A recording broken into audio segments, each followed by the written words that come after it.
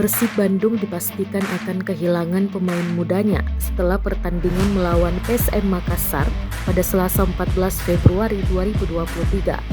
Pemain-pemain muda tersebut adalah Robby Darwis, Ferdiansyah, dan Kakang Rudianto.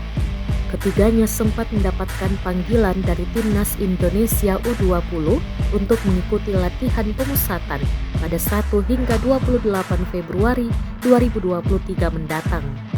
Sebelumnya Robby Darwis sudah terlebih dahulu pergi ke Jakarta untuk mengikuti pemusatan latihan dengan pelatih Sintayong pada 8 Februari 2023 lalu.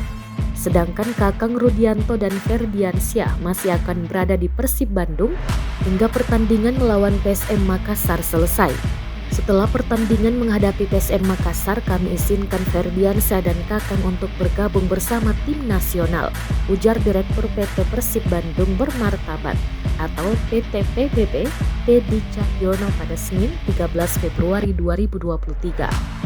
Diketahui latihan pemusatan tersebut merupakan persiapan Timnas Indonesia untuk menghadapi Piala AFC U20 Asian Cup 2023 pada tanggal 1 hingga 18 Maret 2023 di Uzbekistan.